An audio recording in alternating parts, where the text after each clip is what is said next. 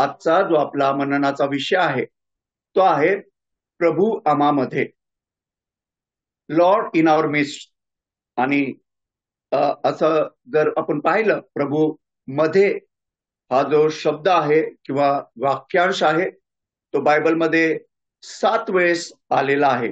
आणि त्या त्या पैलूंमधून, त्या घटनांमधून आपण पाहणार आहोत की प्रभू आमच्यासाठी आमच्यामध्ये आहे, म्हणजे तो कसा आहे, काय आहे. आणि प्रभू तसं करण्यास प्रभू तुमचं आणि माझं सहाय्य करो. आपण पहिल्यांदा लूक वर्तमान ह्याचा 2रा अध्याय आणि त्याच्या 46व्या वचनाकडे जाऊया. लूक वर्तमान 2रा अध्याय आणि त्याचं 46वं वचन. मग असे झाले की 3 दिवसानंतर तो त्यांना मंदिरात गुरुजनांमध्ये बसून त्यांचे भाषण ऐकताना व त्यांस प्रश्न करताना सापडला. हा पहिला मध्ये आपण पाहतो, प्रभू येशू ख्रिस्त मध्ये आहे. प्रभू येशू ख्रिस्त आमच्या सर्वांच्या जीवनामध्ये असणं फार महत्वाचं आहे. आणि इथे आपण पाहतो प्रभू गुरुजनांच्या मध्ये आहे आणि तो काय करत आहे, ऐकत आहे. हा सगळ्यात विश्वासी आमच्या जीवनातील सगळ्यात महत्वाचा जो पैलू आहे तो आहे ऐकणे. आम्ही न ऐकता आम्ही बोलायला लागतो, आम्ही समोरच्याचं न ऐकता आपण बोलू लागतो. परंतु प्रभू आम्हाला सांगतो की आम्ही ऐकणारे असले पाहिजे. याकोबाच्या पत्रामध्ये देखील आपल्याला ते सांगतं की तुम्ही ऐकाव्यास तत्पर असलं पाहिजे. आम्ही ऐकणारे असलं पाहिजे, कारण की आमचा जो प्रभू आहे तो ऐकणारा आहे, तो आमचं सर्व ऐकतो प्रियाने.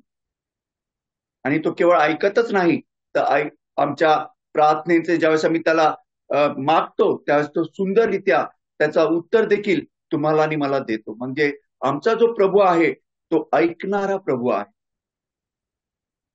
ज्या एशिया मायनर मध्ये ज्या 7 मंडळ्या आहेत त्या मंडळांतला जे पत्र प्रभू येशू ख्रिस्ताने लिहिलेलं आहे आणि त्याचा शेवट जर तुम्ही पाहिला तर 7ही मंडळाचा, तर तिथे असं म्हटलेलं आहे, पत्राचा जो शेवट आहे तिथे असं म्हटलंय, ज्याला कान आहेत तो ऐको.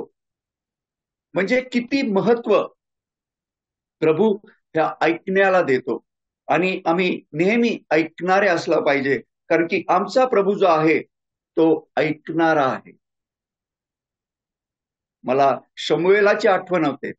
ज्यावेळेस देवाने त्याला हाक मारली, त्याला समजलं नाही 2दा, पण 3ऱ्यांदा आम्ही पाहतो की तो काय म्हणतो, हे परमेश्वरा बोल, तुझा दास ऐकत आहे. आणि प्रियाने फार महत्वाचं आहे, तुम्ही आणि मी ऐकणार असलं पाहिजे. ज्यावेळेस तुम्ही आणि मी ऐकणारे होतो त्यावेळेस तुम्ही आणि मी देवाला, प्रभूला संतोषकारक जीवन जगण्यास जगत असतो प्रियानो. आणि म्हणून ऐकणं हे फार महत्वाचं आहे. ज्यावेळेस आपण मलाकीच्या पुस्तकामध्ये येतो तिथे देखील असं म्हटलेलं आहे, ते एकमेकांशी बोलत असता ते प्रभू त्यांचं ऐकत होता. किती महत्वाचा पैलू आहे त्या. आम्ही ऐकणारे असलं पाहिजे. पहिली गोष्ट ज्यावेळेस प्रभू आमच्यामध्ये आहे तो म्हणजे तो आमचा देव जो आहे तो ऐकणारा प्रभू असा आहे. मग दुसरा पैलू जो आहे तो आपण योहान सुवर्तमान याचा 19वा अध्याय आणि त्याच्या 18व्या वचनामध्ये पाहतो. योहान सुवर्तमान याचा 19वा अध्याय आणि त्याचं 18वं वचन. तेथे त्यांनी त्याला व त्याच्याबरोबर दुसऱ्या दोघांना, एकाला एका बाजूस व दुसऱ्याला दुसऱ्या बाजूस आणि येशूला मध्ये असे वधस्तंभावर खिळले. हा दुसरा मध्ये आपण पाहतो. कुठे आहे प्रभू? क्रूसावर. त्याच्या अवतीभोवती, त्याच्या उजवीकडे डावीकडे दोघेही लुटारू आहेत, जे अपराधी आहेत ते आहेत, आणि प्रभू त्यांच्यामध्ये. तो निष्पाप, निष्कलंक, निर्दोष असा होता, परंतु आमच्या करता तो त्या क्रूसावर गेला. हे आम्हाला काय दर्शवतं? आमचा प्रभू दुःख सहन करणारा. त्याने तुमची आणि माझी दुःख आपल्या स्वतःवर घेतली. सुमारे 700 वर्षाअगोदर यशया संदेष्टाने भविष्यवाणी केली होती. तो म्हणतो, तो दुःखाचा पुरुष व दुखण्याची ओळख असलेला होता. त्याला दुःखाचा पुरुष असं म्हणतात. त्याने सर्व आमचे दुःख घेतले. त्याला दुःखाचं काहीच कारण नव्हतं, परंतु त्याने आमचे सर्व दुःख घेतले. त्याला तुमच्या आणि माझ्या दशेकडे पाहून दुःख झालं, आणि म्हणून तो यशायाह म्हणतो दुखण्याची ओळख असते. प्रियानो, म्हणूनच आम्ही किती असे विशेषाधिकार पावलेले लोक, किती सौभाग्यशाली आहोत की आमचा प्रभू जो आहे तो आमच्या जास्ती त्याने अधिक दुःख सहन केले. आमच्या जीवनामध्ये जे दुःख येतात ते कायमस्वरूपी नाही, तात्पुरते आहेत. परंतु प्रभू येशू ख्रिस्ताच्या जीवनामध्ये आपण पाहतो, त्याच्या जन्मापासून ते मरेपर्यंत आम्ही पाहतो की त्याला दुःखाचा सामना करावा. म्हणून तो आमच्यासाठी दुःखाचा पुरुष असा यशायाह म्हणतो. त्यांनी आमची दुखणी जी होती आपणा स्वतःवर घेतली. प्रियानो, केवळ तोच करू शकतो. आम्हाला त्याला सुख द्यायचं होतं, त्याला तुम्हाला आणि मला आनंद द्यायचा होता, म्हणून त्याने आमची जी सर्व दुःखे आहेत ते आपल्या स्वतःवर घेतली. एका ठिकाणी तो म्हणतो माझ्या दुःखासारखे कोणाचे दुःख आहे काय? त्याच्यासारखं दुःख कोणालाच झालं नाही, त्याच्यासारखं दुःख कोणीच भोगलं नाही. प्रियानो, आज कधी कधी विश्वासणारे दुःखाच्या स्थितीतून जातात, ते म्हणतात माझ्यासारखं दुःख कोणाचं नाही. प्रियानो, तुमचं दुःख काहीच नाहीये. जे प्रभूने तुमच्या आणि माझ्यासाठी दुःख सहन केलं, जे प्रभूने तुमच्या आणि माझ्यासाठी दुःख भोगलं, ते फार अलौकिक होतं, अद्भुत होतं. प्रियानो, त्याची तुलना कोणीच करू शकत नाही. अतुलनीय असं दुःख त्याने तुमच्या आणि माझ्यासाठी सहन केलं. पाहना त्याचं दुःख कसं आहे. ज्यास आपण मत्तई शुभवर्तमानाच्या 8व्या अध्यायाच्या 20व्या वचनामध्ये येतो. मत्तई शुभवर्तमान याचा 8वा अध्याय आणि तिथे 20व्या वचनामध्ये असं म्हटलेलं आहे, येशू त्याला म्हणाला, खोकडांस बिळे व आकाशातील पाखरांस कोटी आहेत, परंतु मनुष्याच्या पुत्राला डोके टेकावयास ठिकाण नाही. याच्या पलीकडचं दुःख अजून काय असू शकतं प्रियानो? जो निर्माण करता देव, ज्याने सर्व काही निर्माण केलं, तो आलिशान घरामध्ये राहू शकला असता, परंतु त्याने तसं केलं. तो म्हणतो खोकडांस बिळे व आकाशातील पाखरांस कोटी आहेत, परंतु मनुष्याच्या पुत्राला डोके टेकावयास जागा. किती अद्भुत आमचा प्रभू आहे, दुःख सहन करणारा. तिसरं आपण पाहूया, त्याच योहान शुभवर्तमानाच्या 20व्या अध्यायाच्या 19व्या वचनामध्ये. योहान शुभवर्तमान याचा 20वा अध्याय आणि त्याचं 19वं वचन.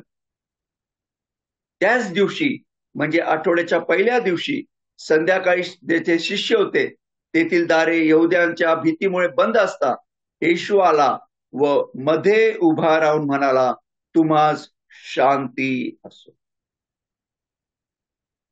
किती चांगली गोष्ट आहे ना. हे काय दर्शवतं? आमचा जो प्रभू आहे तो आम्हाला शांती किंवा सांत्वन देणारा परमेश्वर. हे शिष्य भीतीने व्याकुळ झाले होते, भयभीत झाले होते. त्यांना माहिती ते हे समजत होतं की आता प्रभू आमचा गेला, प्रभू मेला. तर तरी प्रभूने त्यांना सांगितलं होतं की मी मरणार आहे आणि तिसऱ्या दिवशी पुन्हा उठणार आहे. तरी ते त्याच्यावर त्यांनी विश्वास ठेवला आणि ते भिवू लागले, कारण की त्यांना माहिती होतं आता आमचा प्रभू मेलेला आहे, आता आमची देखील त्याच्यासारखी दशा होणार. आणि म्हणूनच तिथे असं म्हटलं, त्यांनी दार लावून ते बंद खोलीत जमले. भीती आहे, परंतु त्या स्थितीत प्रभू येतो आणि त्यांना सांगतो, धीर धरा, तुम्हाला शांती असो. शांती प्रदान करणार, सांत्वन देणारा, आमच्या दुःखामध्ये आमच्या बाजूला उभा राहणारा. म्हणूनच यशायाह त्याला म्हणतो ना, शांतीचा अधिपती. तो आम्हाला शांती देणार आहे. त्याच्यासारखी शांती कोणीच देऊ शकत नाही. एवढा अलौकिक आमचा प्रभू आहे. आम्हाला शांती देणारा, आम्हाला आमच्या दुःखामध्ये तो असणारा, आम्हाला उचलून धरणारा, आम्हाला प्रेरणा देणारा, आम्हाला सांत्वन देणारा असा तो आहे.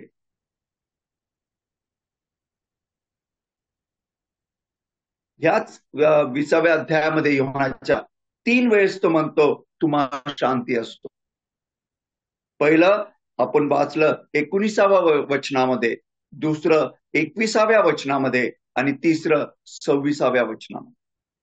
या तिन्ही वेळेस तो त्यांना म्हणतो तुम्हा शांती असो, कारण की तो शांतीचा दाता आहे, तो शांतीचा अधिपती आहे. आणि म्हणूनच तो म्हणतो मी तुम्हाच, योहान सुवर्तमान 14वा अध्याय आणि त्याचं 27वं वचन, योहान सुवर्तमान 14वा अध्याय 27वं वचन, मी तुम्हाला शांती देऊन ठेवतो, मी आपली शांती तुम्हाच देतो, जसे जग देते तसे मी तुम्हाच देत नाही, तुमचे अंतःकरण अस्वस्थ अथवा भयभीत होऊ नये.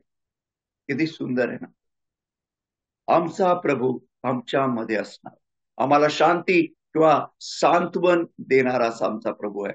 मग चौथा आपण पाहतो, आपल्या सगळ्यांचा परिचयाचं ते आहे मत्ते सुवर्तमान याचा 18वा अध्याय आणि त्याचं 20वं वचन. मत्ते सुवर्तमान याचा 18वा अध्याय आणि त्याचं 20वं वचन. कारण जेथे दोघे किंवा तिघे माझ्या नावाने जमले आहेत तेथे त्यांच्यामध्ये मी आहे. आपल्या सगळ्यांचा परिचयाचा किती सुंदर आमचा प्रभू. इथे आम्ही पाहतो आमचा प्रभू आम्हाला एकत्र करणार. जिथे प्रभू आहे तिथे एकोप आहे. प्रियानो, प्रभू तुम्हाला आणि मला एकत्र करतो. सैतानाचा जो डावपेच आहे, सैतानाची जी वृत्ती आहे ती फूट पाडण्याची आहे, परंतु प्रभूची आमच्या जी वृत्ती आहे ती एकत्र करण्याची आहे. तो एका ठिकाणी म्हणतो मत्ते सुवर्तमानामध्ये, जसं कोंबडी आपल्या पिल्लांना एकत्र करते तसं मी तुम्हाला एकत्र करतो. त्याची इच्छा आहे आम्ही एक व्हावं, आमच्यामध्ये ऐक्य असावं. आणि म्हणूनच आम्ही पाहतो की तो आम्हाला एक करू इच्छितो. जे ते दोघे किंवा तिघे माझ्या नावाने एकत्र. तो आम्हाला एकच करत नाही, परंतु तो आम्हाला हे आश्वासन देतो की तो आमच्यामध्ये आहे. त्याची समक्षता नेहमी आमच्या बरोबर आहे. तो आम्हाला प्रीतीने एक करणार आहे. तो प्रीतीने तुम्हाला आणि मला जवळ करणार आहे. प्रियानो, तो आमच्यावर, तुमच्या आणि माझ्यावर प्रीती करणारा असा देव. ज्यावेळेस आपण अनुवाद याचा 7वा अध्याय आणि 7व्या वचनाकडे येतो, अनुवाद 7:7, परमेश्वराने तुमच्यावर प्रेम करून तुम्हाला निवडले याचे कारण तुम्ही संख्येने इतर राष्ट्रांपेक्षा पुष्कळ होता म्हणून नव्हे, उलट तुम्ही सर्व राष्ट्रांमध्ये संख्येने कमी होता.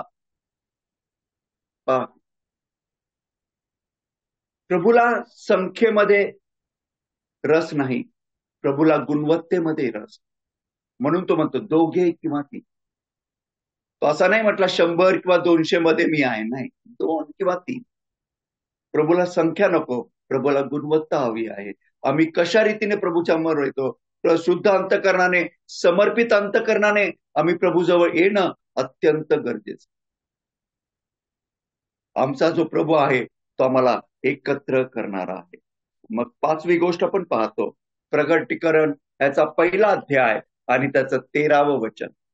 प्रगटीकरण याचा 1ला अध्याय आणि त्याचं 13वं वचन. आणि त्या समयांच्या मध्यभागी मनुष्याच्या पुत्रासारखा पायघोळ वस्त्र परिधान केलेला आणि छातीवरून सोन्याचा पट्टा बांधलेला असा कोणी एक माझ्या दृष्टीस पडला. समयांच्या मध्यभागी. तो काय समयांच्या मध्यभागी? समय हे मंडळीचं चित्र आहे. तो त्या ठिकाणी न्याय निवाडा करण्यासाठी न्याय करणारा देव. आजचा तो तारणार आहे प्रियानो, परंतु उद्याचा तो न्यायाधीश. म्हणून आजच्या मननामध्ये कोणी असेल ज्याने येशू ख्रिस्ताला आपला प्रभू तारणार म्हणून स्वीकारलं नसेल, आजच ती संधी आहे. आजचा तो तारणारा आहे, आज तो तुम्हाला तारण देणारा आहे, परंतु उद्या तो न्यायाधीश होणार, तो न्यायनिवाडा करणार आहे. आणि तो म्हणतो माझ्या घरापासून त्या न्यायाची सुरुवात होणार आहे. आणि असा हा न्यायनिवाडा करणारा आमचा परमेश्वर आम्हाला पाहावयास मिळेल. या सातही मंडळामध्ये जर तुम्ही पाहिलं तो त्यांना त्यांचे दोष दाखवत आहे. प्रभूच्या दृष्टीमध्ये कुठलीच गोष्ट लपलेली नाही, सर्व काही त्याच्या समोर उघड आहे प्रिया. आणि म्हणूनच आपण त्या हेतूने जीवन जगत असताना मंडईमध्ये असो, आमच्या वैयक्तिक जीवनामध्ये असो, कौटुंबिक जीवनामध्ये असो, हा नेहमी आम्हाला भान असला पाहिजे की आमचा जो प्रभू आहे तो न्याय निवाडा करणारा आहे आणि तो पक्षपात करत नाही. त्याचा न्याय निवाडा फार महत्वाचा आहे. ज्यावेळेस आपण पहिले पेत्र 4 अध्याय आणि त्याचं 17वं वचन वाचतो, त्या ठिकाणी तिचं असं म्हटलेलं आहे, कारण देवाच्या घरापासून न्याय निवाडास आरंभ होण्याची वेळ आली आहे. हे फार महत्वाचं आहे प्रियांनो. हा हेतू आपण नेहमी लक्षात घेऊया की आजचा आमचा जो प्रभू जो तारणार आहे, प्रीती करणारा आहे, उद्या तो न्याय निवाडा करणारा किंवा न्यायाधीश आहे. 6वी गोष्ट आपल्याला इब्री लोकास पत्र याचा 2रा अध्याय आणि 12व्या वचनामध्ये पाहावयास मिळतं. इब्री लोकास पत्र याचा 2रा अध्याय आणि त्याचं 12वं वचन काय म्हटलंय पहा. तो म्हणतो मी आपल्या बंधूंजवळ तुझ्या नावाची कीर्ती वर्णीन, महामंडळात तुझे स्तवन करीन. इंग्लिशमध्ये असं म्हटलेलं आहे, in the midst of congregation I will sing your praise. म्हणजे सभामध्ये किंवा मंडळीमध्ये मी तुझी थोरवी किंवा स्तुती गाईन. हे देखील प्रियांनो हे स्तोत्र 22 मधनं घेण्यात आलेलं आहे. ते देखील प्रभू येशू ख्रिस्ताचं चित्र आहे. आणि प्रभू येशू ख्रिस्त आपण पाहतो इथे गाणारा किंवा स्तुती करणारा देव.